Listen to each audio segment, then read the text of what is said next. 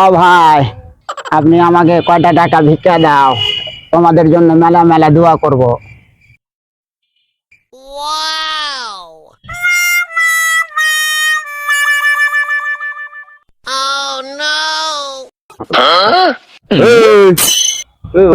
ভাই কি হলো ভাই? টাকা তো নিলা, তো দুয়া দিবা না? মেলা মেলা দুয়া কি দোয়া দেবো ভাই?